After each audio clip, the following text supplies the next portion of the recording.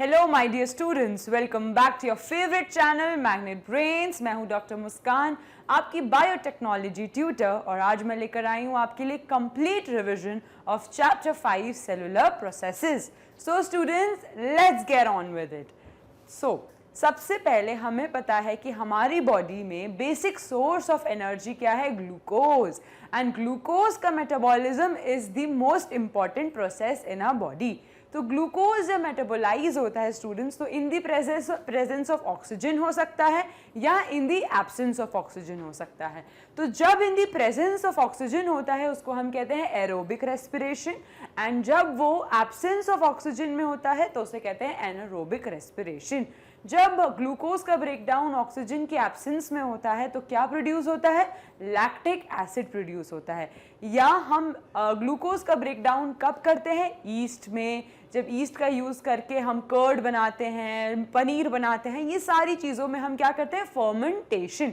तो anaerobic respiration उन cases में होता है। अब देखो स्टूडेंट्स, एरोबिक रेस्पिरेशन में क्या होता है? In the presence of oxygen. And in the presence of oxygen basically कहाँ होता है वो? तो बेसिकली सबसे पहले वो ग्लाइकोलाइसिस होता है, जिसमें ग्लूकोज का ब्रेकडाउन होता है इनटू पायरुविक एसिड। लेकिन अभी भी ग्लूकोज का कंप्लीट ब्रेकडाउन नहीं हुआ है। ग्लूकोज का कंप्लीट ब्रेकडाउन कहाँ होता है? क्रेब्स साइकिल में। अब क्रेब्स साइकिल से जो एनर्जी रिलीज होती है NADH के फॉर्म में, वो कहाँ जाती है? वो जाती है हमारे इलेक्ट्रॉन ट्रांसपोर्ट सिस्टम में, एंड वहाँ पे ऑक्सीडेटिव फॉस्फोराइलेशन होता है एंड हमें एनर्जी मिलती है। तो पहली एनर्जी हमें कहाँ मिली? पहली एनर्जी हमें मिली ग्लाइकोलाइसिस में। फिर ब्रेकडाउन होकर एनर्जी का कहाँ प्रोड्यूस हुआ? एनर्जी का प्रोडक्शन हुआ क्रेब्स साइकिल में।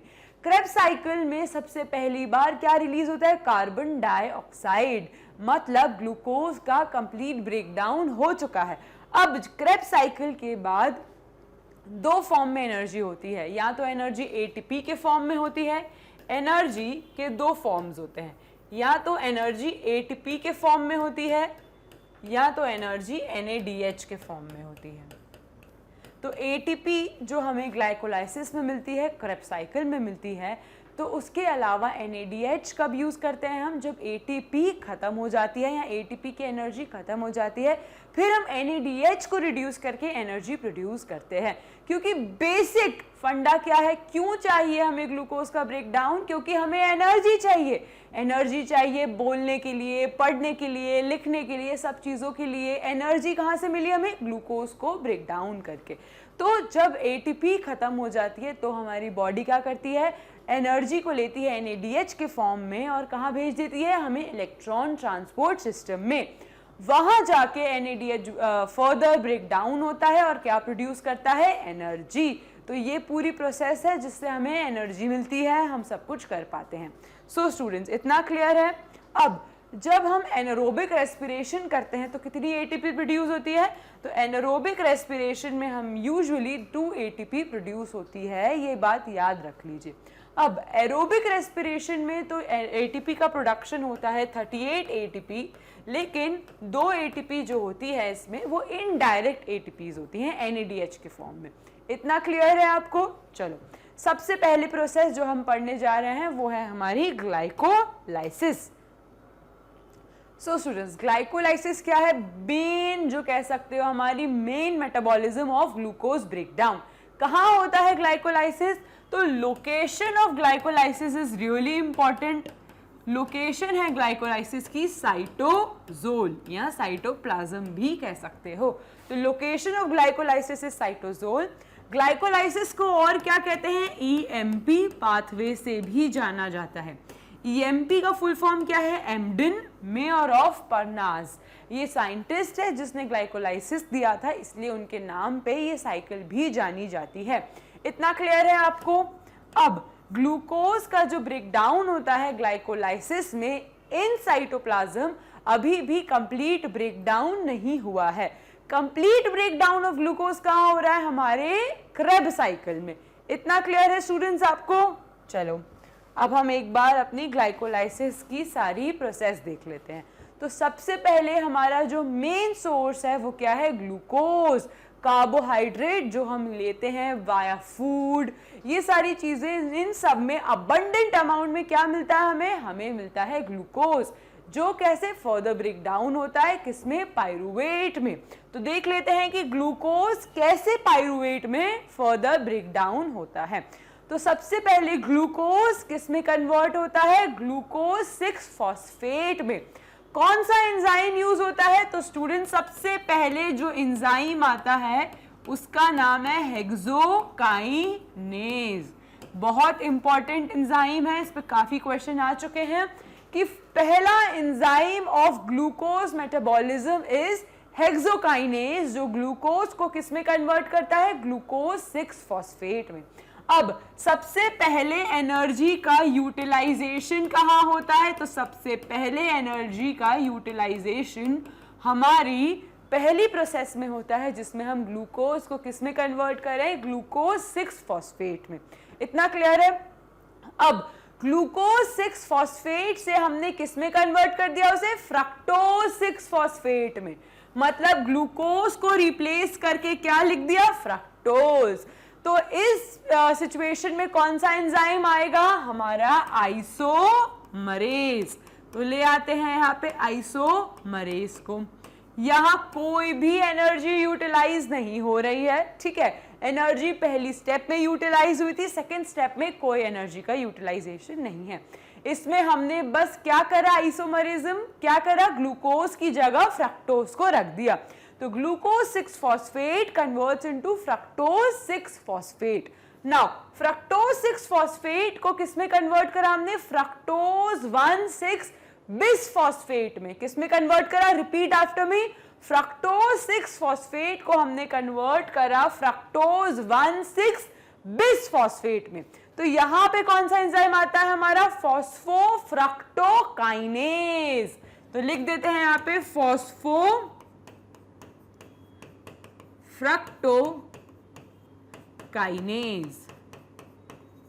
अब स्टूडेंट्स सेकेंड टाइम एटीपी का जो यूटिलाइजेशन हम कर रहे हैं वो हमारी थर्ड स्टेप में कर रहे हैं। तो यहां पे मैं लिख देती हूं एटीपी सेकेंड टाइम जो हम यूटिलाइज कर रहे हैं वो है हमारी थर्ड स्टेप में। सबसे पहले यूटिलाइज हमने कहाँ करी थी, फर्स्ट स्टेप में। थर्ड स्टेप में हम एनर्जी का यूटिलाइजेशन कहाँ कर रहे हैं, जब हम फ्रक्टोज 6 फॉस्फेट को किस में कन्वर्ट कर रहे हैं, फ्रक्टोज 1,6 बिस फॉस्फेट में। अब students fructose 1,6 bis phosphate usually दो फॉर्म्स में डिवाइड होता है। एक है हमारा ग्लिसरल्डिहाइड 3 फॉस्फेट एंड दूसरा है हमारा डाईहाइड्रोक्सी एसीटोन। कैसा, dihydroxy acetone. Dihydroxy acetone further break down नहीं होता, कीटोन शुगर है, फर्दर ब्रेक डाउन नहीं होती। लेकिन ग्लिसरल्डिहाइड एल्डिहाइड है। क्या है, ग्लिसरल्डिहाइड। अब हमने फ्रक्टोज 1,6 बिस फॉस्फेट को किस में कन्वर्ट कर दिया, एल्डिहाइडिक फॉर्म में। तो जब हम एल्डिहाइडिक फॉर्म में शुगर कन्वर्ट कर रहे हैं तो कौन सा एंजाइम आएगा, तो हमारे पास जो एंजाइम आएगा वो होगा एल्डोलेज। तो यहां पे मैं लिख देती हूं एल्डोलेज। कुछ याद करने की इतना जरूरी नहीं है, सब कुछ अपने आप याद हो जाएगा। You just have to link the reaction, ठीक है। अब सबसे पहले आपने शुगर को किस में कन्वर्ट करा, एल्डिहाइडिक फॉर्म में। कौन से एंजाइम की मदद से, एल्डोलेज की मदद से एल्डिहाइड में कन्वर्ट कर दिया, ठीक है। अब हमें क्या मिला, ग्लिसरल्डिहाइड 3 फॉस्फेट मिल गया, एल्डिहाइड आ गया तो हमें एल्डिहाइडिक शुगर मिल गई। ग्लिसरल्डिहाइड 3 फॉस्फेट जो है स्टूडेंट्स वो फर्दर डिवाइड किस में होती है, वो फर्दर डिवाइड होती है 1,3 डाईफॉस्फोग्लिसरेट में। किस में डिवाइड होती है, 1,3 डाईफॉस्फोग्लिसरेट में। जब हमारा ग्लिसरल्डिहाइड कन्वर्ट होता है 1,3 डाईफॉस्फोग्लिसरेट में तो स्टूडेंट्स तब हमारी एनर्जी प्रोड्यूस होगी पहली बार in the form of NADH। तो यहाँ पे पहली बार एनर्जी का रिलीज हो रहा है, मतलब हमें एनर्जी मिल रही है। ग्लिसरल्डिहाइड 3 फॉस्फेट के बाद वाले एंजाइम्स इतने इंपॉर्टेंट नहीं है, लेकिन अप टू ग्लिसरल्डिहाइड आपको एक एक एंजाइम बाय हार्ट याद होना चाहिए। अब स्टूडेंट जैसे ही हम ग्लिसरल्डिहाइड 3 फॉस्फेट में कन्वर्ट करते हैं अब सब कुछ कैसा हो जाएगा, इनटू 2। अब 2 NADH मिलेगा, 2 ATP मिलेगी, everything will convert divide by multiplied by 2। इतना क्लियर है आपको? चलो, ग्लिसरॉल्डिहाइड 3 फॉस्फेट को हमने कन्वर्ट करा 1,3 डाइफॉस्फोग्लिसरेट में, तो कितनी ATP मिली हमें, कितने NADH मिले, 2 NADH मिले। अब 1,3 डाइफॉस्फोग्लिसरेट को फर्दर किस में डिवाइड करा, 3 फॉस्फोग्लिसरेट में। किस में डिवाइड का हमने उसको कन्वर्ट करा, 3 फॉस्फोग्लिसरेट में। अब 3 फॉस्फोग्लिसरेट फर्दर किस में कन्वर्ट होगा, 2 फॉस्फोग्लिसरेट में। तो कन्वर्ट कर दिया इसे किस में, 2 फॉस्फोग्लिसरेट में। 2 फॉस्फोग्लिसरेट के बाद किस में कन्वर्ट होगा, वो हमारा फॉस्फोइनॉल पाइरुवेट में। किस में कन्वर्ट हुआ, फॉस्फोइनॉल पाइरुवेट। एंड जो एंजाइम चाहिए हमें अब वो क्या है, पाइरुवेट काइनेज। कौन सा एंजाइम चाहिए, पाइरुवेट काइनेज। किस में कन्वर्ट करने में, पाइरुवेट में। ये जो लास्ट एंजाइम है और फर्स्ट एंजाइम है ये बहुत ही इंपॉर्टेंट है। तो जब हमने अपने फॉस्फोइनॉल पाइरुवेट को पाइरुवेट में कन्वर्ट करा, तब तीसरी बार हमें ATP मिली, एनर्जी मिली। पहली बार एनर्जी मिली थी NADH के फॉर्म में, फिर जब हमने 1,3 डाइफॉस्फोग्लिसरेट को 3 फॉस्फोग्लिसरेट में करा था, तो दूसरी बार एनर्जी मिली थी ATP के फॉर्म में, और तीसरी बार एनर्जी कहाँ मिली हमें, जब हमने फॉस्फोइनॉल पाइरुवेट को कन्वर्ट करा पाइरुवेट में। इतना क्लियर है आपको? और एनर्जी का यूटिलाइजेशन कहाँ करा था हमने, फर्स्ट और थर्ड स्टेप में, जब हमने एनर्जी का यूटिलाइजेशन करा था। एनर्जी का रिलीज हमने 3 जगह पे करा था। पहली बार जब ग्लिसरॉल्डिहाइड 3 फॉस्फेट को कन्वर्ट करा था 1,3 बिस फॉस्फोग्लिसरेट में। उसके बाद जब हमने 1,3 बिस फॉस्फोग्लिसरेट को कन्वर्ट करा था 3 फॉस्फोग्लिसरेट में, और तीसरी बार एनर्जी हमें मिली थी जब हमने फॉस्फोइनॉल पाइरुवेट को कन्वर्ट करा था पाइरुवेट में। इतना क्लियर है आपको? तो ये क्या था, ये हमारी पूरी प्रोसेस ऑफ ग्लाइकोलाइसिस। अब आप मुझे बताइए, यहाँ पे कहीं भी कार्बन डाइऑक्साइड का रिलीज हो रहा है? नहीं हो रहा। तो मतलब अभी तक ग्लूकोज का कंप्लीट ब्रेकडाउन नहीं हुआ है। ग्लूकोज अभी किस में कन्वर्ट हुआ है, पाइरुवेट के फॉर्म में। कहां पर, साइटोजोल में। इतना क्लियर है आपको? अब ये जो पाइरुवेट हमें मिला, अब ये कहां जाएगा, अब ये जाएगा माइटोकॉन्ड्रिया में। कहां जाएगा ये, माइटोकॉन्ड्रिया में। अभी तक पाइरुवेट हमें मिला साइटोप्लाज्म में, अब ये पाइरुवेट जाएगा माइटोकॉन्ड्रिया में। तो माइटोकॉन्ड्रिया में ये डायरेक्टली नहीं जा सकता, तो इसको किसके अंदर जाना पड़ेगा, लिंक रिएक्शन के अंदर। तो ये कहां जाएगा, ये जाएगा लिंक रिएक्शन के अंदर। जब हमारा पाइरुवेट लिंक रिएक्शन के अंदर जाता है तो क्या होता है, पहली बार कार्बन डाइऑक्साइड का रिलीज होगा। क्या होगा, पहली बार कार्बन डाइऑक्साइड का रिलीज होगा। यहां पे मैं लिख देती हूं लिंक रिएक्शन। अभी तक हमने देखा, क्या देखा कि हमने ग्लूकोज से किसको कन्वर्ट करा, ग्लूकोज को कन्वर्ट करा पाइरुवेट में। अब हम पाइरुवेट को कहां भेज रहे हैं, माइटोकॉन्ड्रिया में। तो डायरेक्टली तो पाइरुवेट माइटोकॉन्ड्रिया में नहीं जा पाएगा, उसको एक प्रोसेस के अंदर जाना पड़ेगा जिसका क्या नाम है, लिंक रिएक्शन। तो यहाँ पे मैं लिख देती हूँ, ये जो मॉलिक्यूल आपको स्ट्रक्चर दिख रहा है ये क्या है, यह है हमारा पाइरुवेट। तो पाइरुवेट जो है हमारा वो कहाँ गया बच्चों, वो जाएगा हमारे माइटोकॉन्ड्रिया में। तो ये क्या है, ये है हमारा साइटोजोल, और ये क्या है, ये है माइटोकॉन्ड्रिया। ये है माइटोकॉन्ड्रिया। अब स्टूडेंट्स, जब पाइरुवेट गया कहा माइटोकॉन्ड्रिया में, तो क्या हुआ, पहली NAD किसमें कन्वर्ट हुई, NADH में। ठीक है, तो यहाँ पे कितनी NAD मिलते हैं, हमें NADH मिलते हैं, तो यहाँ पे हमें 2 NADH मिलते हैं। कहाँ, लिंक रिएक्शन में हमें 2 NaDH मिलते हैं और साथ में क्या रिलीज होता है, कार्बन डाइऑक्साइड। इसी के साथ एक एंजाइम की जरूरत होती है जिसके बिना कन्वर्जन पॉसिबल नहीं है। कौन सा एंजाइम है वो, कोएंजाइम ए। कौन सा एंजाइम है वो, कोएंजाइम ए की रिक्वायरमेंट होती है। तो पाइरुवेट को कन्वर्ट किसमें करना है माइटोकॉन्ड्रिया में भेजने के लिए, तो पाइरुवेट को हमें कन्वर्ट करना है एसिटाइल कोएंजाइम ए में। तो ये जो स्ट्रक्चर दिख रहा है आपको डी से लेबल्ड है, ये क्या है, ये है एसिटाइल कोएंजाइम ए। बेसिकली हमें पाइरुवेट को कन्वर्ट करना था एसिटाइल कोएंजाइम ए में माइटोकॉन्ड्रिया में भेजने के लिए। इतना क्लियर है आपको। तो पाइरुवेट लिया हमने कहा, साइटोप्लाज्म से, फिर क्या करा, कोएंजाइम ए की मदद ली। कोएंजाइम ए की मदद से हमने एनर्जी को यूटिलाइज कैसे करा, NADH को ब्रेक डाउन करके NAD प्लस को ब्रेक डाउन करके NADH में। इतना क्लियर है। उसके बाद हमें पहली बार क्या मिली, कार्बन डाइऑक्साइड।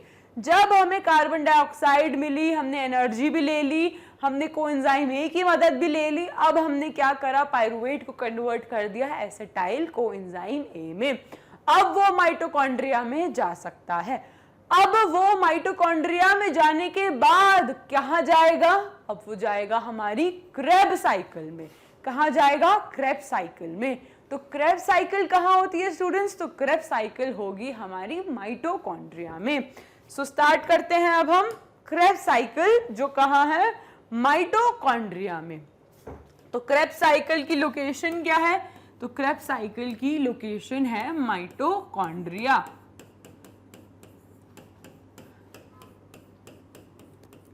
क्रेब साइकिल को और क्या क्या बोलते हैं, तो क्रेब साइकिल को हम TCA साइकिल भी कह सकते हैं, और क्या क्या कह सकते हैं, उसको हम सिट्रिक एसिड साइकिल भी कह सकते हैं। तो Krebs cycle is known as TCA cycle, और क्या बोलते हैं उसे, हम सिट्रिक एसिड साइकिल भी कह सकते हैं। ठीक है स्टूडेंट्स, और कहाँ होती है ये, तो ये होती है हमारी माइटोकॉन्ड्रिया में। क्लियर। अब हमने पाइरुवेट को कन्वर्ट कर लिया एसिटाइल कोएंजाइम ए में। अब हम उसे कहाँ भेज रहे हैं, अब हम उसे भेज रहे हैं अपनी क्रेब्स साइकिल में। क्लियर। चलो अब हम देख लेते हैं क्रेब्स साइकिल के बारे में। अब स्टूडेंट्स, ये एसिटाइल कोएंजाइम ए हमें कहाँ से मिला, ये हमें मिला लिंक रिएक्शन से।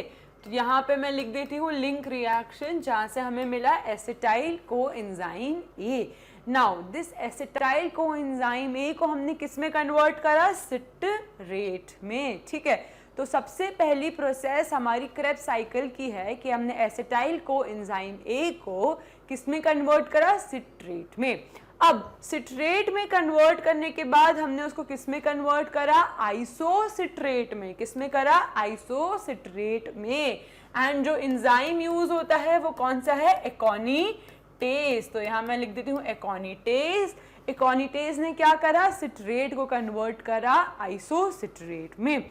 अब स्टूडेंट्स, आइसोसिट्रेट किस में कन्वर्ट होगा, तो आइसोसिट्रेट कन्वर्ट होगा अल्फा कीटोग्लूटरेट में। किस में कन्वर्ट हुआ, अल्फा कीटोग्लूटरेट में।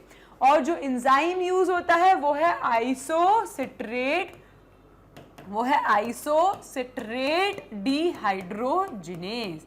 यहाँ मैं लिख देती हूँ आइसोसिट्रेट डिहाइड्रोजिनेज। तो ये एंजाइम हमारे आइसोसिट्रेट डिहाइड्रोजिनेज ने क्या करा, हमको दे दिया अल्फा कीटोग्लूटरेट। अब स्टूडेंट्स, जब जब डिहाइड्रोजिनेज एंजाइम आए, जब जब डिहाइड्रोजिनेज एंजाइम आए तो क्या करना है, कार्बन डाइऑक्साइड को रिलीज कर देना है। तो क्रेब साइकिल में पहली बार हमें क्या मिली, कार्बन डाइऑक्साइड। जब हमने आइसोसिट्रेट को किस में कन्वर्ट करा, अल्फा कीटोग्लूटरेट में। और यहाँ पे पहली बार हमें एनर्जी किस फॉर्म में मिली, NADH के फॉर्म में। चलो अब अल्फा कीटोग्लूटरेट में कन्वर्ट कर दिया। अब हम उसे करेंगे किसमें, सक्सिनाइल कोएंजाइम ए में। और कौन सा एंजाइम यूज होगा? वो अब एंजाइम जो यूज होगा वो है अल्फा कीटो ग्लूटारेट डिहाइड्रोजिनेज। तो यहां मैं लिख देती हूँ अल्फा कीटो ग्लूटारेट डिहाइड्रोजिनेज। ठीक है स्टूडेंट्स, इतना क्लियर है? Alpha keto glutarate dehydrogenase. अब यहाँ पे फिर से डिहाइड्रोजिनेज आ गया, मतलब फिर से कार्बन डाइऑक्साइड का रिलीज कर दो। तो आपने रिलीज कर दिया कार्बन डाइऑक्साइड को। अब आपको दूसरी बार किस फॉर्म में एनर्जी मिली? NADH के फॉर्म में। अब हमें फाइनली क्या मिल गया? Succinyl coenzyme A। Succinyl coenzyme A को हम किस में कन्वर्ट करेंगे? सक्सीनेट में। किस में कन्वर्ट करा हमने? सक्सीनेट में। अब स्टूडेंट्स, सक्सीनेट में जब कन्वर्ट करते हैं जो एंजाइम यूज होता है वो है सक्सीनेट सिंथेस। कौन सा एंजाइम यूज होगा? सक्सिनाइल या सक्सिनाइल सिंथेस। ठीक है, यहाँ पे मैं लिख देती हूँ सिंथेस। क्यों? क्योंकि अभी हम प्रोड्यूस कर रहे हैं क्या? सक्सीनेट।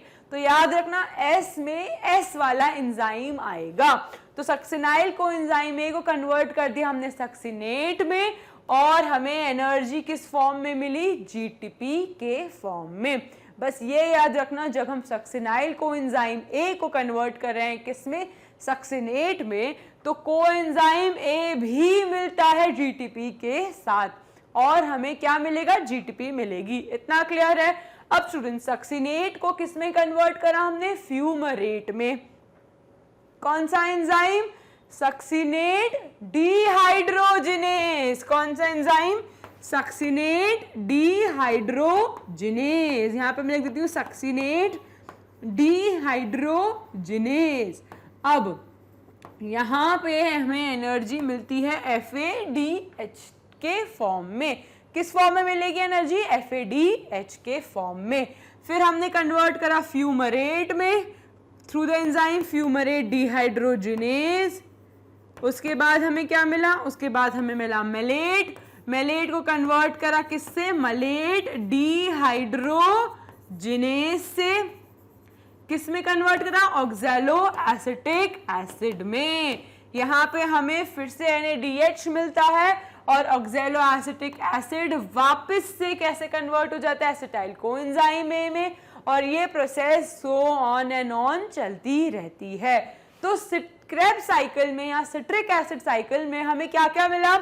हमें मिला NADH, हमें मिला GTP, ठीक है, हमें मिला FADH2।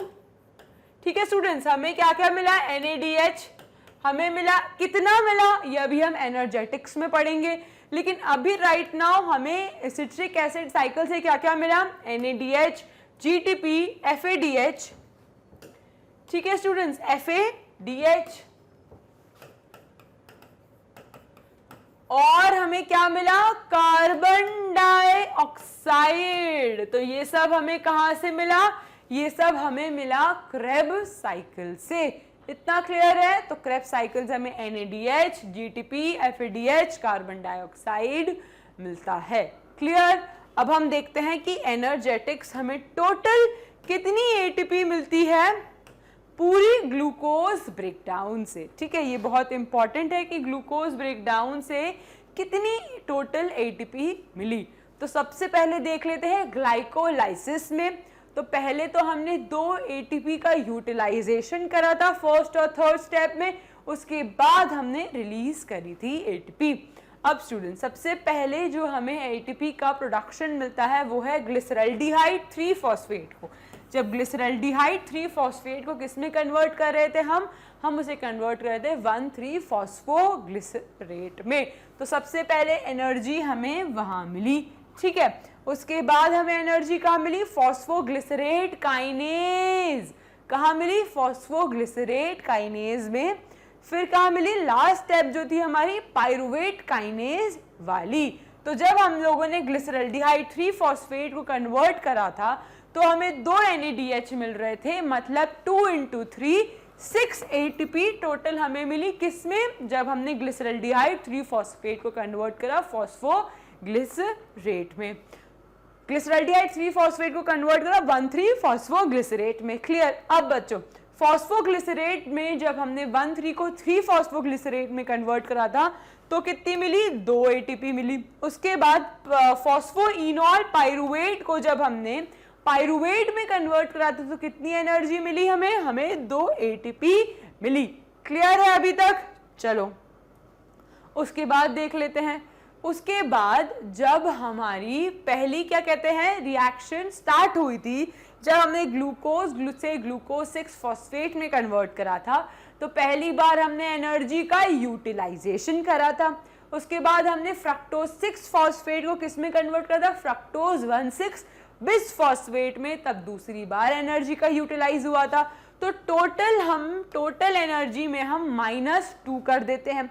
तो 8 ATP में हमने 2 ATP माइनस कर दी, तो नेट सिंथेसिस ऑफ ATP हमें ग्लाइकोलाइसिस में हुई थी 8 ATP। ठीक है, तो नेट सिंथेसिस हमें 8 ATP का हुआ था, लेकिन -2 क्यों? क्योंकि अभी हमने -2 यूटिलाइज भी तो कर ली। तो इन टोटल हमें ग्लाइकोलाइसिस में कितनी ATP मिली, 6 ATP मिली इन टोटल ग्लाइकोलाइसिस में। उसके बाद कहाँ, लिंक रिएक्शन से हमें 2 NADH मिले। ठीक है, तो लिंक रिएक्शन से हमें इनडायरेक्ट एनर्जी मिलती है। अब citric acid cycle, citric acid cycle में पहली बार आइसोसिट्रेट डीहाइड्रोजिनेज से जब हमने क्या करा, कन्वर्ट करा उसको किस में, हमने उसको कन्वर्ट करा था हमारे अल्फा कीटोग्लूटरेट में। तो हमें क्या मिली, हमें जो NADH मिला वो कितने मिले, 2 मिले। तो हमने 2 × 3 6 ATP मिली। उसके बाद अल्फा कीटोग्लूटरेट डिहाइड्रोजिनेस में, उसमें भी हमें कहते हैं 2 NADH मिले, तो × 2 × 3। ठीक है स्टूडेंट्स। अब उसके बाद सक्सीनेट थायोकाइनेज में सबस्ट्रेट लेवल फॉस्फोराइलेशन है जो, वहां पे हमें 2 ATP मिली। सक्सीनेट डिहाइड्रोजिनेज जहाँ पे हमें FADH2 मिला, वहां पे कितनी टोटल 4 ATP मिली। फिर मेलेट डिहाइड्रोजिनेज में भी हमें NAD मिला था, तो टोटल 2 × 3 6 ATP मिली। तो नेट टोटल हमें क्रेब्स साइकिल से कितनी मिलती है, तो नेट टोटल क्रेब्स साइकिल से हमें मिलती है 32 ATP यूजुअली, बट अगर हम देखे जाए तो ओवरऑल 32 + 6 करें तो टोटल जो ATP हमें मिलती है वो 38 ATP मिलती है। कैसे, ग्लूकोज के ब्रेकडाउन से। ठीक है स्टूडेंट्स, तो टोटल ATP जो इन्होंने लिखी वो क्या है, net total of glycolysis and Krebs cycle. तो कितने हुए, 38 ATP। तो नेट टोटल हमें जो ग्लूकोज के ब्रेकडाउन से मिलती है वो है 38 ATP। क्लियर। तो नेट टोटल जो हमें ATP मिली ग्लूकोज के ब्रेकडाउन से वो है 38 ATP। एनारोबिक रेस्पिरेशन में कितनी मिलती है, तो एनारोबिक रेस्पिरेशन में हमें मिलती है 2 ATP। तो ये हमें मिली एनारोबिक रेस्पिरेशन में। क्लियर। चलो अब हम आ जाते हैं हमारे इलेक्ट्रॉन ट्रांसपोर्ट सिस्टम पे। अभी इतना क्लियर होना चाहिए कि NADH हमें कहाँ से मिल रहा है। तो NADH सबसे पहले हमें मिला था लिंक रिएक्शन से। NADH हमें कहाँ से मिल रहा है, तो NADH हमें मिल रहा है लिंक रिएक्शन से। उसके बाद कहाँ से, सिट्रिक एसिड साइकिल से। ठीक है, क्रेब्स से मिला। एंड बहुत सारे NADH कहाँ, साइटोप्लाज्म में भी अवेलेबल रहते हैं। तो ये सारी सोर्सेज हैं कहाँ, NADH के आने से। तो रिवाइज कर लेते हैं, पाइरुवेट को कन्वर्ट करा था हमने किसमें, एसिटाइल कोएंजाइम A में with the help of enzyme coenzyme A, और क्या करा, NAD+ का ब्रेक डाउन करा किसमें, NADH में, और साथ में क्या मिला हमें, प्रोटॉन मिला। उसके बाद पहली बार हमारी लिंक रिएक्शन में क्या प्रोड्यूस होती है, कार्बन डाइऑक्साइड।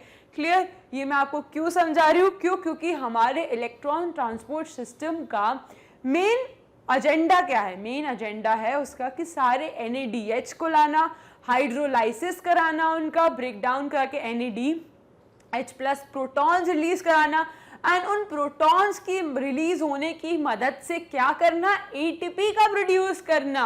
तो बेसिकली हम क्या करें, NADH को with the help of electron transport system किस में कन्वर्ट कर रहे हैं, ATP में कन्वर्ट कर रहे हैं। इन दी एंड हमें बॉडी में क्या चाहिए, एनर्जी चाहिए काम करने के लिए। तो अगर ATP डायरेक्टली नहीं मिल रही, अगर डायरेक्ट ATP खत्म हो गई तो डरने की कोई बात नहीं है। क्यों? क्योंकि हमारे पास इलेक्ट्रॉन ट्रांसपोर्ट सिस्टम है। वो क्या करेगा, वो सारे NADH को कलेक्ट करेगा, उनको कन्वर्ट करेगा प्रोटॉन्स में एंड देन उससे क्या प्रोड्यूस करेगा, उससे प्रोड्यूस करेगा ATP। तो बॉडी को वापस से एनर्जी रिस्टोर हो जाएगी और हमारा जो मकसद है वो कंप्लीट हो जाएगा। Clear students? चलो नाउ इलेक्ट्रॉन ट्रांसपोर्ट सिस्टम कहाँ होता है, तो इलेक्ट्रॉन ट्रांसपोर्ट सिस्टम होता है इनर मेम्ब्रेन में ऑफ माइटोकॉन्ड्रिया। यहाँ पे मैं लिख देती हूँ कहाँ होता है, इनर मेम्ब्रेन ऑफ माइटोकॉन्ड्रिया में। एंड उसमें बहुत सारे कॉम्प्लेक्सेस का यूटिलाइजेशन होता है। तो वो कौन से हैं वो कॉम्प्लेक्सेस, वो कॉम्प्लेक्सेस हैं तो कॉम्प्लेक्स 1 जिसको हम कहते हैं NADH ऑक्सीडो रिडक्टेज, कॉम्प्लेक्स 2 जिसको कहते हैं सक्सिनेट Q रिडक्टेज, कॉम्प्लेक्स 3 जिसको कहते हैं Q cytochrome C oxido reductase and complex 4 cytochrome C oxidase. इतना क्लियर है? तो ये सारे कॉम्प्लेक्सेस इंपॉर्टेंट हैं किसके लिए, हमारे इलेक्ट्रॉन ट्रांसपोर्ट सिस्टम के। इनके नाम याद होना और ये याद रहना, इनकी पोजीशन बहुत इंपॉर्टेंट है। Clear students? सबसे पहले आता है हमारा कॉम्प्लेक्स 1, उसके बाद क्या आता है, Q stands for ubiquinone. Now what is ubiquinone? Ubiquinone is a mobile carrier. Ubiquinone is a mobile carrier. Clear? वो क्या करता है, जो हमें NADH का ब्रेकडाउन करके प्रोटॉन से एनर्जी मिलती है वो क्या करता है, वो इलेक्ट्रॉन्स लेके किसको ट्रांसफर करता है, यूबिक्विनोन को। नाउ यूबिक्विनोन क्या करेगा, यूबिक्विनोन दे देगा कॉम्प्लेक्स 3 को। किसको देगा, कॉम्प्लेक्स 3 को। अब इस कॉम्प्लेक्स 3 से ये इलेक्ट्रॉन कहाँ जाएंगे, साइटोक्रोम C के पास। अब लास्ट में साइटोक्रोम C से कॉम्प्लेक्स कहाँ जाते हैं, हमारे कॉम्प्लेक्स 4 पर। कहाँ आ गई ये, कॉम्प्लेक्स 4 पर। अब इस कॉम्प्लेक्स 4 में हम क्या करते हैं, जो भी हमारे ऑक्सीजन प्रेजेंट रहता है और क्या प्रोटॉन्स जितने भी हमें मिले उससे हमने क्या रिलीज करा, उससे हमने रिलीज करा वाटर। इसे क्या कहते हैं, मेटाबॉलिकली एक्टिव वाटर। क्या कहते हैं, मेटाबॉलिकली एक्टिव वाटर। अब हमारा माइटोकॉन्ड्रिया खुद का पानी प्रोड्यूस कर सकता है, उसको बाहर के पानी की जरूरत नहीं है। अगर आप नहीं दोगे तो जरूरत नहीं है, it can produce its own water. तो उसको क्या कहते हैं, मेटाबॉलिकली एक्टिव वाटर। क्लियर है? चलो अब इसको एक बार अच्छे से समझते हैं कि क्या हो रहा है। तो सबसे पहले हमने क्या करा, हमने लिया NADH। NADH हमने कहाँ से लिया, लिंक रिएक्शन से लिया, क्रेब्स साइकिल से लिया। ठीक है, अब इस NADH को हमने क्या करा, हमने कन्वर्ट करा NAD+ और हमारे प्रोटॉन्स में। किस में कन्वर्ट करा, NAD+ और प्रोटॉन्स में। अब बच्चों बहुत सारे प्रोटॉन्स, ये क्या है, ये है मैट्रिक्स, ये है मैट्रिक्स ऑफ माइटोकॉन्ड्रिया। क्लियर? बहुत सारे प्रोटॉन्स हमारे मैट्रिक्स में ऑलरेडी प्रेजेंट होते हैं। तो सबसे पहले हमने NADH को ब्रेक डाउन करा किसमें, NAD+ और H+ में। उसके बाद जो एनर्जी हमें मिली उससे हमने इलेक्ट्रॉन्स किसको दिए, हमारे कॉम्प्लेक्स 1 को। किसको दिए, कॉम्प्लेक्स 1 को। अब इलेक्ट्रॉन्स तुमने दे दिए कॉम्प्लेक्स 1 को। ठीक है, ये क्या है, ये है तुम्हारी इंटर मेम्ब्रेन, ये है तुम्हारी इनर मेम्ब्रेन, ये है तुम्हारी आउटर मेम्ब्रेन। यह क्या है, आउटर मेम्ब्रेन, ये inter membrane and this is inner membrane. Clear? अब तुमने H+ किसको दे दिए, तुमने H+ दे दिए कॉम्प्लेक्स 1 को। कॉम्प्लेक्स 1 किसको देगा, सबसे पहले वो देगा FMN को। FMN के बाद वो किसको देगा, FeS को। अब उसने FMN से किसको दे दिए, FeS को। अब FeS अपने इलेक्ट्रॉन्स किसको देगा, यूबिक्विनॉन को। तो FMN ने अपने इलेक्ट्रॉन्स दिए FeS को, FeS ने अपने इलेक्ट्रॉन्स दिए किसको, यूबिक्विनॉन को। अब यूबिक्विनॉन हमें पता है क्या है, मोबाइल कैरियर। क्या है, मोबाइल कैरियर। ये क्या करेगा, ये जो H+ यहाँ पड़ा हुआ है इसको लेगा और रिड्यूस हो जाएगा।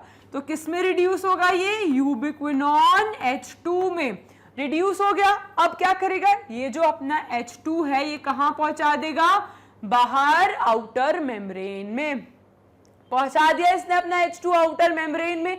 लेकिन अभी भी इसके पास इलेक्ट्रॉन तो बचा है, तो ये इलेक्ट्रॉन अभी कहाँ देगा, कॉम्प्लेक्स 3 में।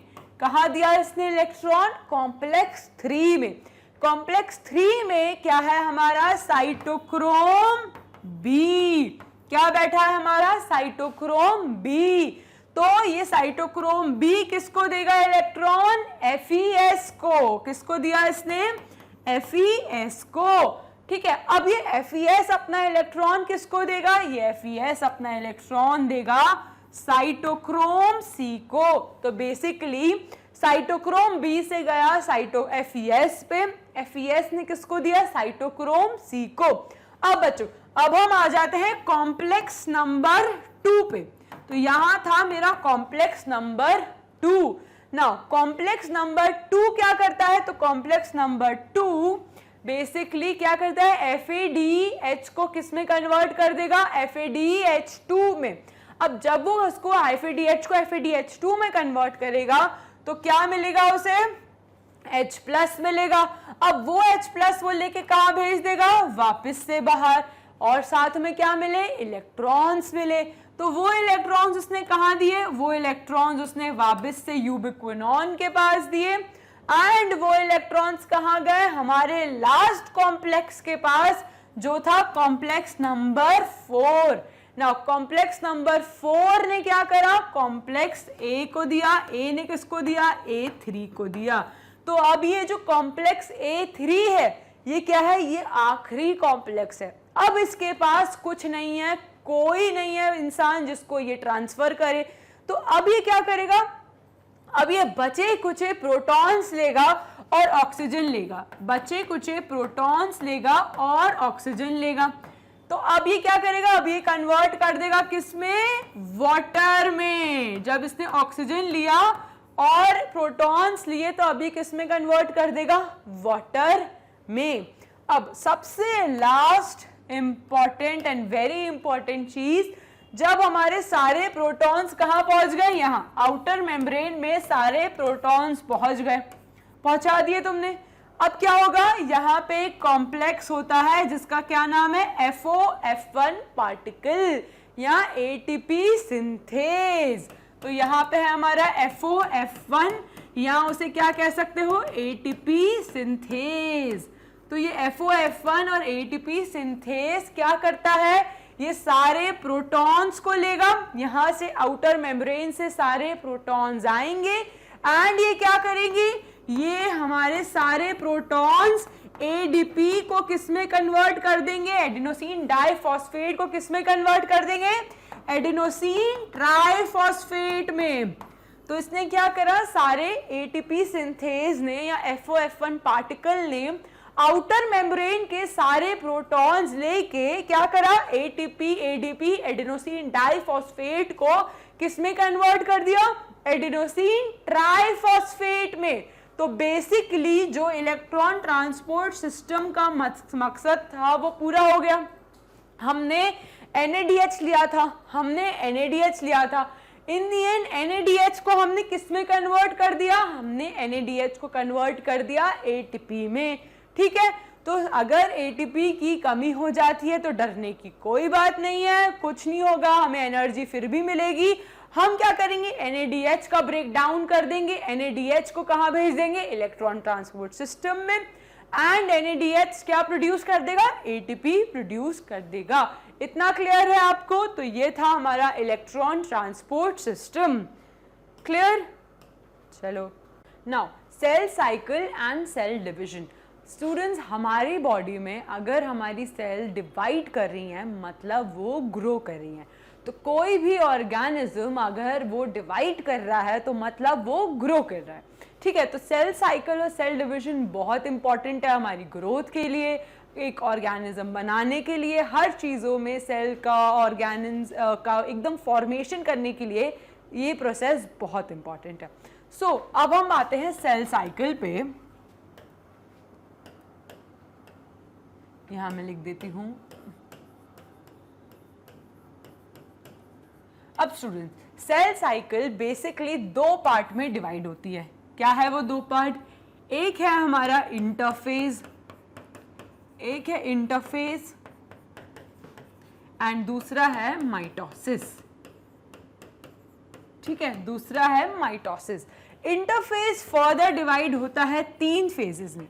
इंटरफेज फर्दर डिवाइड होता है 3 फेजेस में, G1, S and G2। Mitosis further divide होता है 2 चीजों में। 2 चीजों में माइटोसिस फर्दर डिवाइड होता है। एक है हमारा कैरियोकाइनेसिस, एक है कैरियोकाइनेसिस एंड दूसरा है साइटोकाइनेसिस। दूसरा है साइटोकाइनेसिस। अब स्टूडेंट्स, कैरियोकाइनेसिस का मतलब क्या होता है? Nuclear division. मतलब अभी हम न्यूक्लियर डिवीजन कर रहे हैं। अब साइटोकाइनेसिस का मतलब क्या होता है कि न्यूक्लियर डिवीजन तो कर लिया, अब हम साइटोप्लाज्म डिवीजन कराएंगे। तो साइटोप्लाज्म का डिवीजन, इतना क्लियर है आपको? अब स्टूडेंट्स, जब भी आप केक खाते हो तो केक खाने से पहले आप अवन को प्रीहीट करके रखते हो। ठीक है, मतलब केक का बैटर रखने से पहले आप एक नॉर्मल टेम्परेचर पे अवन को प्रीहीट करते हो। उसी की तरह इंटरफेज क्या है? इंटरफेज है प्रिपरेटरी फेज। क्या है interphase? Interphase is preparatory phase. मतलब इसमें प्रिपरेशन होती है किसके लिए? सेल डिवीजन के लिए। और डिवीजन कहाँ हो रहा है? बेसिकली सेल डिवीजन हो रहा है माइटोसिस में। क्लियर है आपको कि प्रिपरेशन होता है इंटरफेज में एंड एक्चुअल सेल डिवीजन कहाँ हो रहा है? माइटोसिस में। इतना क्लियर है? चलो, अब सबसे पहले हम देखेंगे इंटरफेज। यहां पे मैं लिख देती हूं इंटरफेज। इंटरफेज में मैंने आपको सबसे पहले बताया था कौन सा फेज? हमारा G1 फेज। अब जो G1 फेज है उसमें क्या होता है? उसमें most of the preparation start हो जाती है और कह सकते हो सबसे स्पीड में काम होता है। तो क्या होगा? Protein synthesis increases. प्रोटीन का सिंथेसिस इंक्रीजेस। प्रोटीन का सिंथेसिस कैसे होता है? आरएनए की मदद से। तो क्या होगा? आरएनए का सिंथेसिस इंक्रीजेस। नाउ इस स्टेप में आप इतना प्रोटीन बना रहे हो, सब कुछ बना रहे हो, तो एनर्जी भी ज्यादा चाहिए। तो एनर्जी भी इंक्रीजेस, एनर्जी प्रोडक्शन भी इंक्रीज हो जाता है इनका। ठीक है, अब क्या होगा? जब सेल इतनी मेटाबॉलिकली एक्टिव है, ठीक है, सेल इतनी मेटाबॉलिकली एक्टिव है, मतलब क्या होगा? सेल इतनी एक्टिव है, स्टूडेंट्स इतना क्लियर है? सेल इतनी एक्टिव है तो उसका साइज क्या होगा? उसका साइज भी इंक्रीज होगा। सेल का साइज भी इंक्रीज होगा। तो सेल साइज इंक्रीजेस।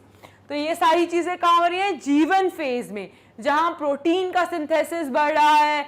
अब आरएनए भी चाहिए प्रोटीन के लिए, उसके बाद आपको एनर्जी भी चाहिए प्रोटीन के लिए।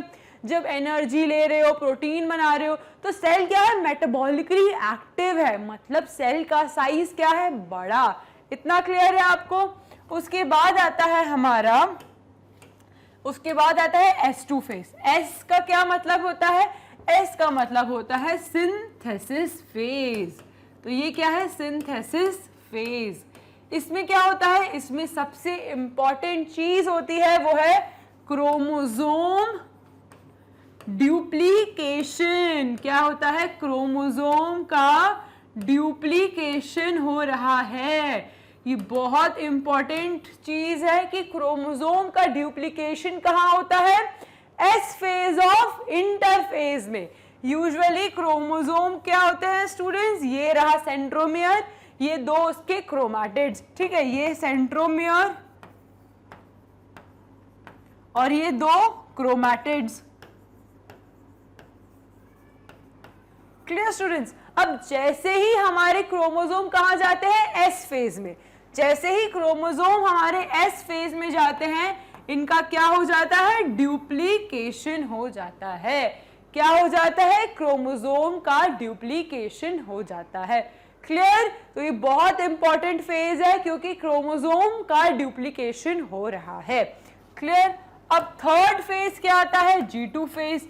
यूजुअली इसमें क्या मिलेगा, सेंट्रियोल का फॉर्मेशन मिलेगा और क्या मिलेगा, ट्यूब्यूलिन प्रोटीन इंक्रीज होगा। क्यों, क्योंकि सेंट्रियोल बनाने के लिए क्या चाहिए, ट्यूब्यूलिन प्रोटीन चाहिए, माइक्रोट्यूब्यूल्स ही चाहिए रहते हैं ना, याद है कि सब भूल गए, याद है ना। तो चलो, सेंट्रियोल के लिए ट्यूब्यूलिन चाहिए, अब एटीपी भी चाहिए, एटीपी भी चाहिए। क्यों, क्योंकि तुम लास्ट, मतलब कह सकते हो प्रिपरेशन अब हो चुकी है सारी, लेकिन बची कुची जितनी भी प्रिपरेशन करनी है भैया सब कर लो इस फेज से, क्योंकि अब सेल कहाँ जा रही है, डिवीजन फेज में। तो यहाँ पे एनर्जी भी चाहिए क्योंकि बची कुची सारी प्रिपरेशन हम खत्म कर देंगे। अब स्टूडेंट्स, अब हमारी सेल कहाँ गई, पहले G1 में गई, फिर S पे गई, फिर G2 पे गई। अब हमारी सेल कहाँ जाएगी, अब हमारी सेल जाएगी माइटोसिस में। कहाँ जाएगी, माइटोसिस में। कहाँ गई, माइटोसिस। नाउ माइटोसिस क्या है, तो माइटोसिस बेसिक डिवीजन है जब सेल डिवाइड करेगी। अब माइटोसिस फर्दर डिवाइड होता है किस में, तो माइटोसिस फर्दर डिवाइड होता है प्रोफेज में। फिर क्या होगा, मेटाफेज। फिर क्या होगा स्टूडेंट्स, एनाफेज। फिर क्या होगा, टीलोफेज। इसको याद करने का एक आसान तरीका है, फिर डिवाइड होगा टीलोफेज में। इसको याद करने का बहुत आसान तरीका है पी मैट। पी मैट याद करो कि सबसे पहले कहाँ गई, प्रोफेज में, फिर मेटाफेज में, फिर एनाफेज में, फिर टीलोफेज में। इतना क्लियर है। चलो अब एक एक करके सारी फेजेस देखते हैं कि क्या क्या होता है। तो सबसे पहले आती है हमारी प्रोफेज। ठीक है, ये एक डायग्राम है जिसमें आपको बता रहे हैं कि सबसे पहले सेल कहाँ गई, G1 फेज में। G1 फेज से कहाँ जाती है, S फेज में। अभी तक कैसा था, अभी तक क्रोमोसोम ऐसा था, मतलब ये मेरा न्यूक्लियस और ये थ्रेड लाइक स्ट्रक्चर में क्रोमोसोम प्रेजेंट होता है। ठीक है, अभी तक सेल है G1 फेज में, लेकिन जैसे ही मेरी सेल G2 फेज में आ जाती है तो कैसे हो जाते हैं क्रोमोसोम, क्रोमोसोम का ड्यूप्लीकेशन हो जाता है। अब कुछ इस तरीके से क्रोमोसोम मिलेंगे, कहाँ पे, S फेज में। क्लियर। तो यहाँ पे मिल गए तुम्हें क्रोमोसोम। अब आ जाओ, उसके बाद कहाँ गई सेल हमारी, G2 फेज में। ठीक है, तो G2 फेज में बची कुछ सारी प्रोसेस खत्म हो गई। फिर फाइनली सेल आ जाती है माइटोसिस में। माइटोसिस के बाद कहाँ जाएगी, साइटोकाइनेसिस में। माइटोसिस क्या है, कैरियोकाइनेसिस। माइटोसिस क्या है, कैरियोकाइनेसिस। यहाँ लिख देती हूँ माइटोसिस कैरियोकाइनेसिस, मतलब अभी तक न्यूक्लियर डिवीजन हो रहा है। अब जैसे ही न्यूक्लियर डिवीजन खत्म होगा क्या स्टार्ट होगा, साइटोप्लाज्मिक डिवीजन। कहां पर होता है वो, साइटोकाइनेसिस में। क्लियर। चलो तो सबसे पहले मेरी सेल कहां गई, प्रोफेज में। प्रोफेज के बाद कहां जाएगी, प्रोमेटाफेज में। कहां जाएगी, प्रोमेटाफेज। ये एक इंटरमीडिएट फेज है। उसके बाद कहां जाएगी, मेटाफेज में। मेटाफेज के बाद कहां जाएगी, एनाफेज में। एनाफेज के बाद कहां जाएगी, टीलोफेज में। एंड देन फाइनली यहाँ पे कैरियोकाइनेसिस खत्म हो जाता है, फिर सेल कहाँ जाएगी, साइटोकाइनेसिस में। सेल कहाँ गई, साइटोकाइनेसिस में। तो सबसे पहले मेरी सेल गई प्रोफेज में, फिर कहाँ गई, एक इंटरमीडिएट स्टेट जो थी प्रोमेटाफेज, एक इंटरमीडिएट स्टेट जो थी प्रोमेटाफेज। उसके बाद कहाँ गई, उसके बाद मेरी सेल गई, क्या हो रहा है, उसके बाद मेरी सेल गई मेटाफेज में। कहाँ जाएगी, मेटाफेज में। फिर कहाँ जाएगी स्टूडेंट्स, फिर जाएगी एनाफेज में। तो यहां मैं लिख देती हूं एनाफेज। फिर जाएगी ये टीलोफेज में, तो यहां लिख देती हूं टीलोफेज। इतना क्लियर है आपको। तो ये थी, अब हम एक एक स्टेज के बारे में अच्छे से पढ़ते हैं। तो सबसे पहले आ गई प्रोफेज। अब प्रोफेज के कैरेक्टरिस्टिक क्या है, सबसे पहले न्यूक्लियोलस डिसअपियर्स। क्या होगा, ये न्यूक्लियोलस ब्रेक डाउन होगा और ये क्या हो जाएगा, ये डिसअपियर होना स्टार्ट होगा। तो न्यूक्लियोलस डिसअपियर। क्रोमैटिन कंडेंसेशन धीरे धीरे क्रोमोसोम की तरह लगने लगेगा। अभी तक क्रोमैटिन कैसा था, ऐसा था। अब धीरे धीरे ये जो क्रोमैटिन है ये कैसा लगेगा, ये कुछ इस तरीके से लगने लगेगा। क्लियर, अभी तक डुप्लीकेशन नहीं हुआ है तो सिंगल सिंगल, ठीक है। तो क्रोमैटिन कंडेंसेशन बिगिंस। उसके बाद सेपरेशन ऑफ सेंट्रोमियर्स। अब क्या होगा, धीरे धीरे सेंट्रोमियर्स भी आने लगेंगे, ठीक है। अब माइटोटिक स्पिंडल्स अभी बनना जस्ट शुरू हुए, ठीक है। माइटोटिक स्पिंडल्स जो है हमारे, ये सेंट्रियोल रहता है कुछ इस तरीके के साथ। अब इससे क्या होगा, स्पिंडल्स शुरू हुए जस्ट, ठीक है। अभी स्पिंडल्स बस बनना शुरू हुए हैं, किसमें, प्रोफेज में। क्लियर, ये था प्रोफेज के बारे में। Nucleolus disappears. न्यूक्लियोलस के साथ और क्या डिसअपियर करता है, Golgi disappears, endoplasmic reticulum disappears and nucleolus disappears. उसके अलावा nuclear membrane also start to disappear. Clear, तो Golgi apparatus start to disappear, endoplasmic disappear, nuclear membrane disappear, nucleolus disappear. Chromatin धीरे धीरे कंडेंसेशन स्टार्ट होता है। Centriole क्या करता है, धीरे धीरे स्पिंडल फाइबर्स अभी बनाना शुरू कर रहा है और लास्ट सेंट्रोमियर धीरे धीरे अपीयर होने लगते हैं। इतना क्लियर है आपको। अब उसके बाद आते हैं बच्चों मेटाफेज पे। तो ये मेटाफेज क्या है, तो मेटाफेज में बहुत एक ही चीज याद रखने की है कि मेटाफेज मतलब मेटाफेज प्लेन। क्या, मेटाफेज या मेटाफेजियल प्लेन कह लो उसे, मेटाफेजियल प्लेन कह लो या इक्वेटोरियल प्लेन कह लो, इक्वेटोरियल प्लेट कह लो, ठीक है, कुछ भी कह लो। मतलब अब सारे क्रोमोसोम एक इक्वेटोरियल प्लेन में आके अलाइन हो गए हैं। क्लियर, तो मेटाफेज में क्या होगा, chromosome align themselves in metaphase plate, equatorial plate या प्लेन, कुछ भी कह लो। तो सेंटर में आके अभी सारे क्रोमोसोम हमारे अलाइन हो गए हैं। तो कभी भी आपसे बोले अगर हमारे क्रोमोसोम एक सेंटर प्लेट पे अटैच्ड है, क्रोमोसोम एक सेंटर प्लेन में जिसको मेटाफेज प्लेट कहते हैं या मेटाफेज प्लेन में इक्वेटोरियल प्लेन में आके अलाइन हो गए, तो वो कौन सी स्टेज है, वो है हमारी मेटाफेज। क्लियर, अब हम आ गए एनाफेज में। तो एनाफेज में क्या होगा, धीरे धीरे सेपरेशन स्टार्ट होगा।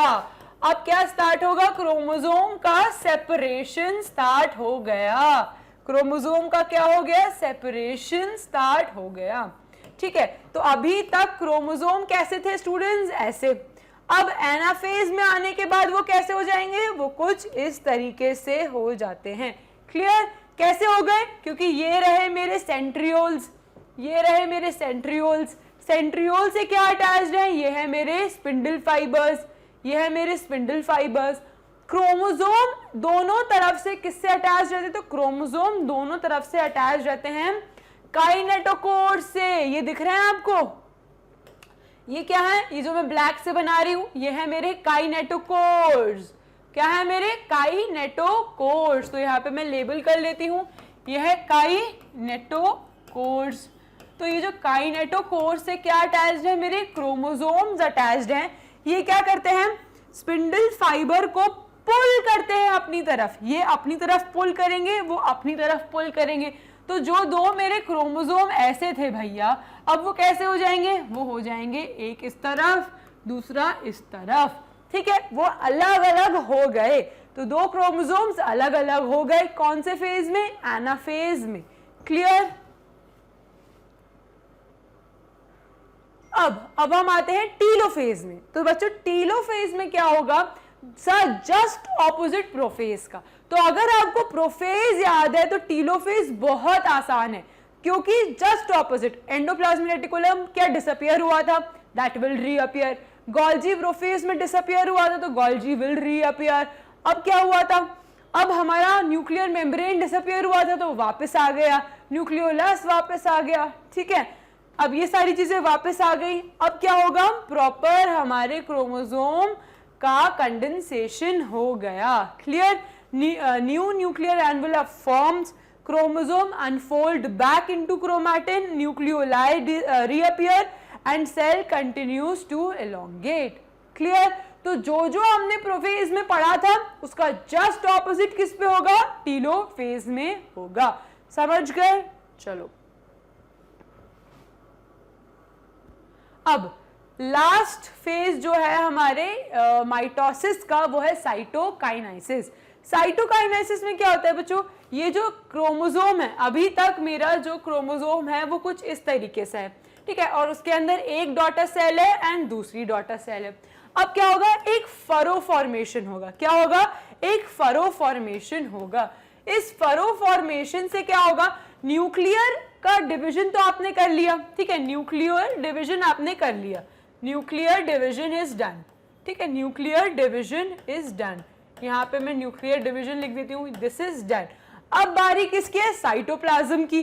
ठीक है, अब बारी किसकी है, ये रहा पूरा साइटोप्लाज्म की। तो क्या होगा, एक फरो जैसा फॉर्म होगा। ठीक है, एक फरो जैसा फॉर्म होगा। इस फरो से क्या होगा, ये फरो यहां से कॉन्स्ट्रिक्ट होगा और ये वाला फरो यहां से कॉन्स्ट्रिक्ट होगा। इससे क्या होगा, ऐसी सेल थी, वो धीरे धीरे कॉन्स्ट्रिक्ट होकर कैसी हो जाएगी, ऐसी सेल, एंड दो सेल में डिवाइड कर जाएगी। क्लियर। तो कैरियोकाइनेसिस हो चुकी है, न्यूक्लियर डिवीजन हो चुका है। अब किसकी बारी है, साइटोकाइनेसिस की। तो ये था मेरा दो डॉटर सेल्स। अब धीरे धीरे ये फरो फॉर्मेशन हुआ, यहाँ कॉन्स्ट्रिक्ट हुआ, एंड देन फाइनली दो डॉटर सेल्स मिल जाती हैं। तो हमारा माइटोसिस खत्म हो गया, हमें दो डॉटर सेल्स मिल गई। क्लियर। अब हम आते हैं हमारे मियोसिस में। अभी तक हमने देखा था कि हम हैप्लॉइड से किस में कन्वर्ट कर रहे थे, डिप्लॉइड में। माइटोसिस में क्या हो रहा था बच्चों, माइटोसिस में क्या हो रहा था, हम हैप्लॉइड से किस में कन्वर्ट कर रहे थे, डिप्लॉइड में। मतलब हमारे पास एक सेल थी, उसको हमने डिवाइड करके किस में कन्वर्ट करा, दो डॉटर सेल्स में। ये क्या था, हमारा माइटोटिक डिवीजन। क्लियर। अब मियोसिस में क्या होता है, मियोसिस में क्या होता है स्टूडेंट्स, हमारे पास डिप्लॉइड सेल है। क्या है, डिप्लॉइड सेल है। हम उसे किस में कन्वर्ट कर रहे हैं, हैप्लॉइड सेल में। किस में कन्वर्ट कर रहे हैं, हैप्लॉइड सेल में। मतलब हमारे पास दो सेल्स हैं, डिप्लॉइड सेल्स हैं, उसको हम कन्वर्ट कर रहे हैं हैप्लॉइड सेल्स में। तो ये कहाँ होता है, तो ये यूजुअली होता है स्पर्म्स में एंड ओवा में। ठीक है, स्पर्म्स में और ओवम में या ओवा में। क्लियर। तो ये जो दो सेल्स हैं इसमें क्या होता है, इसमें मियोसिस होता है। क्यों, क्योंकि हम डिप्लॉइड सेल को किस में कन्वर्ट कर रहे हैं, हैप्लॉइड सेल में। तभी तो ये देखो, ये एक स्पर्म है जो क्या है, जो एक हैप्लॉइड है, एंड ये एक ओवा जो क्या है, हैप्लॉइड है। ये दोनों जब आपस में मिलेंगे तो क्या बनाएंगे, 2n सेल बनाएंगे, जो क्या होगा हमारा जाइगोट। तभी तो हमें क्या चाहिए, हमें हैप्लॉइड सेल चाहिए in case of sperms and ovum. इतना क्लियर है। तो मियोसिस सिर्फ 2 सेल्स में होता है जो है स्पर्म्स एंड ओवम, बाकी सब में क्या होगा, माइटोटिक डिवीजन। अब स्टूडेंट्स, मियोसिस फर्दर कैसे डिवाइड होता है? मियोसिस फर्दर डिवाइड होता है मियोसिस 1 में, मियोसिस 1 में एंड मियोसिस 2 में, एंड मियोसिस 2 में। अब बच्चों, मियोसिस 1 जो होगा वो क्या होगा, वो होगा हमारा रिडक्शनल डिवीजन।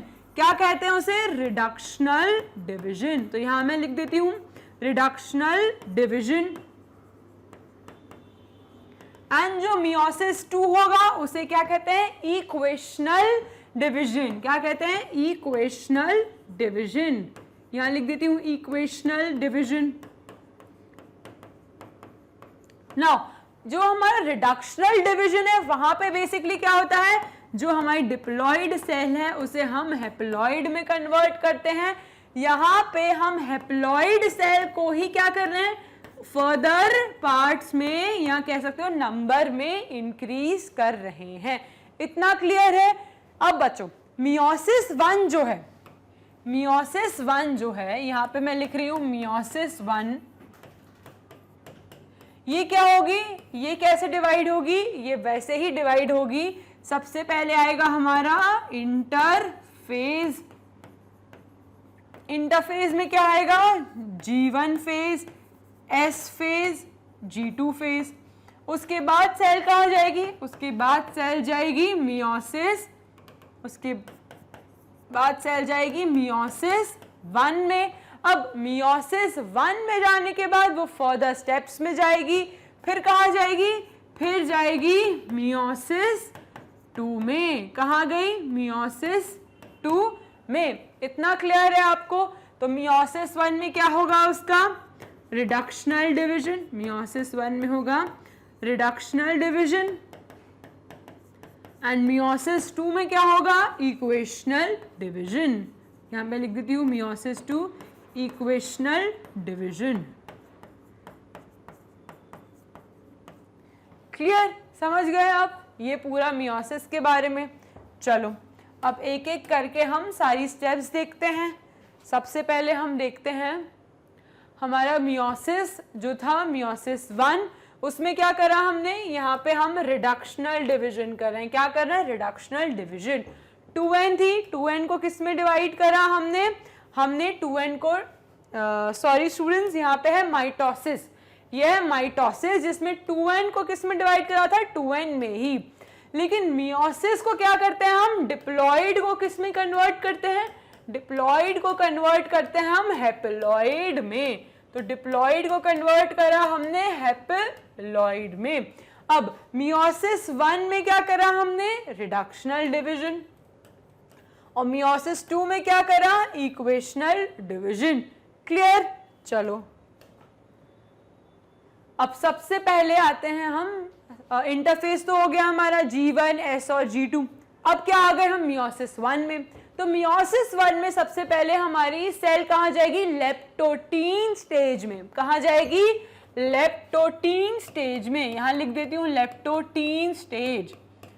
लेप्टोटीन स्टेज में क्या होगा? सबसे इंपॉर्टेंट चीज कंडेंसेशन ऑफ क्रोमोसोम्स। यहां देख रहे हो? तो लेप्टोटीन स्टेज में होता है condensation of chromosome. Very important point कि अभी क्रोमोसोम कंडेंस होना स्टार्ट होंगे किसमें? लेप्टोटीन स्टेज में। फिर कहां जाएगी हमारी सेल? जाइगोटीन स्टेज में। लेप्टोटीन में कंडेंसेशन ऑफ क्रोमोसोम्स हो गए, अब जाएगी जाइगोटीन स्टेज में। जाइगोटीन स्टेज में क्या होगा? Very important point, formation of synaptonemal complex या सिनैप्स। तो जाइगोटीन में क्या होता है? Synapse formation.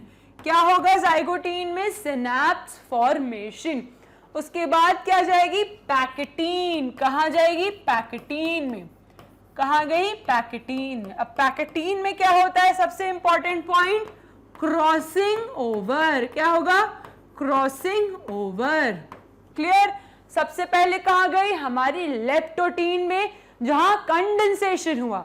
फिर कहाँ गई जाइगोटीन में, जहां सिनेप्टोनीमल कॉम्प्लेक्स बना, सिनैप्स बना। फिर कहाँ गई पैक्टीन में, जहां क्रॉसिंग ओवर हुआ। फिर कहाँ गई डिप्लोटीन स्टेज में, यहां आ गई हमारी सेल डिप्लोटीन स्टेज में।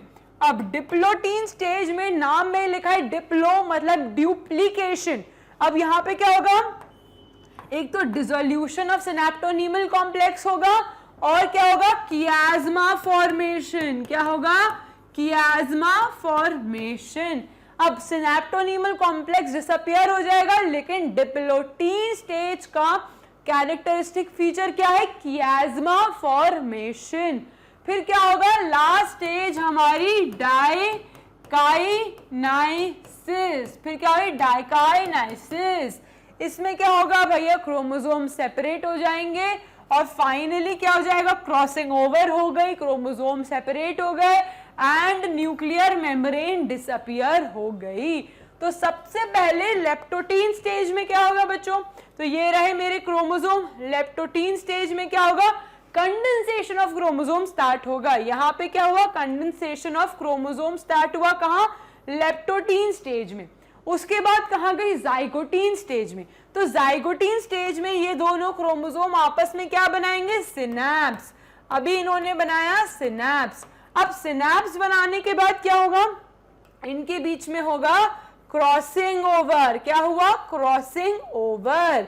ये दिख रहा है क्रॉसिंग ओवर, तो क्रॉसिंग ओवर हुआ हमारा पैक्टीन स्टेज में। अब क्या हुआ, क्रॉसिंग ओवर होने के बाद इन दोनों ने अपने अपने ट्रेट्स एक दूसरे को दे दिए। इसने अपने इसको दे दिए और दूसरे वाले ने अपने दूसरे वाले को दे दिए। तो यहां पे क्या हुआ, कियाज्मा फॉर्मेशन। क्या हुआ, कियाज्मा फॉर्मेशन, जो किसका कैरेक्टरिस्टिक था, डिप्लोटीन का। अब क्या होगा, डिसोल्यूशन ऑफ न्यूक्लियर मेम्ब्रेन हो जाएगी और फाइनली ये दो क्रोमोसोम क्या हो जाएंगे, अपने अपने ट्रेट्स लेके चले जाएंगे। जिसके पास रेड वाले थे वो इसके पास रह जाएंगे और इसके पास क्या रह जाएंगे, दूसरे वाले ट्रेट। क्लियर। तो ये क्या है, ये है हमारा मियोसिस 1। क्लियर। चलो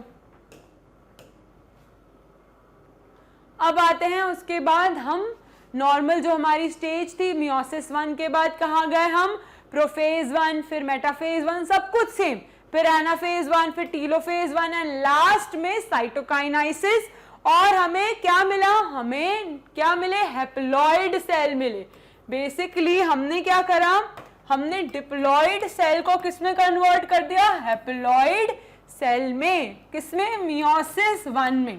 अब मियोसिस 2 में क्या करा हमने, यही हैप्लॉइड सेल को 4 डॉटर सेल में कन्वर्ट कर दिया, हैप्लॉइड डॉटर सेल्स में कन्वर्ट कर दिया। इतना क्लियर है आपको। तो मियोसिस 1 में हमने डिप्लॉइड को हैप्लॉइड में कन्वर्ट कर दिया, तभी इसको हम क्या कहते हैं, रिडक्शनल डिवीजन। क्या कहते हैं, रिडक्शनल डिवीजन। और इसको क्या कहते हैं, इसको कहते हैं इक्वेशनल, क्योंकि हम हैप्लॉइड से ही हैप्लॉइड डॉटर सेल्स बना रहे हैं, इसलिए इसे हम कहते हैं इक्वेशनल डिवीजन। क्लियर। इसे कहते हैं हम इक्वेशनल डिवीजन। समझ गए। चलो ये मिस हो गया। इसमें हमने बताया था कि जब हमारी सेल मियोसिस 2 में जाती है तो प्रोफेज 2, मेटाफेज 2, एनाफेज 2, टीलोफेज 2, यहाँ पे हमें क्या मिले, 4 डॉटर सेल्स मिले। और कैसे मिले, हैप्लॉइड 4 डॉटर सेल्स मिले। Clear, easy to understand. चलो इसी के साथ क्या होता है, हमारा cell division and cell cycle खत्म होता है एंड इसी के साथ हमारा पूरा चैप्टर भी खत्म होता है, चैप्टर नंबर 5 सेलुलर प्रोसेसेस। कोई भी डाउट हो तो इंडिविजुअल हर यूनिट का एक वीडियो है, तो जाइए पीछे and do watch that video और सारे कंसेप्ट्स आपके क्लियर हो जाएंगे। मेरे पास आपके लिए एक बहुत अच्छी न्यूज़ है, वो है मैग्नेट ब्रेन्स। आप अपने खुद के प्लेटफॉर्म के साथ आया है। आपको बस क्या करना है, मेरे बायोटेक पे क्लियर करना है। जैसे ही आप मेरे बायोटेक पे क्लिक करेंगे एक ऐसा पेज ओपन अप होगा जिसमें कंप्लीट चैप्टर ओवरव्यू है। All you have to do this is select the topic. जैसे ही आप टॉपिक सेलेक्ट करेंगे click the play button and आप पूरा वीडियो घर बैठे देख सकते हैं। आपको पता ही है मैग्नेट ब्रेन्स प्रोवाइड करता है एकदम फ्री एजुकेशन किंडरगार्टन से लेके क्लास 12th के लिए, सिर्फ और सिर्फ आपके ब्राइट फ्यूचर के लिए। सो स्टूडेंट्स, आई होप ये लेक्चर आपके लिए बहुत यूजफुल रहा हो। इफ एनी डाउट तो comment and stay tuned for my next video. Thank you so much.